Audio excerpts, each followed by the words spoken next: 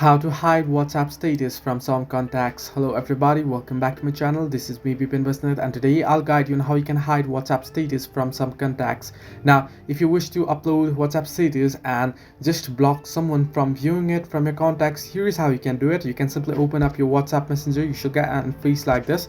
You want to tap on the three dots option at the top right corner of your screen and then tap on the settings option. Once you tap on settings, you want to select the privacy option. Simply tap on privacy, and here you can see the status option on the screen right above the read recept option. You want to simply tap on status, and now you can see here who can see my status updates. You can see my contacts, and you can see my contacts accept, and you can only share with. You want to simply tap on my contacts accept, and you want to choose a friend that you wish to hide the WhatsApp status from.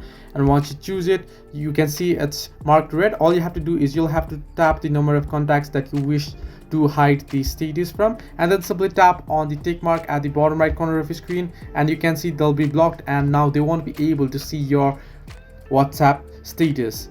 You'll still be able to text them and receive text from them or contact with them through WhatsApp, however. So this way you can hide WhatsApp status from contacts. Hope this helped you. Do like and subscribe, and do not forget to leave a comment down below if you have any further issues.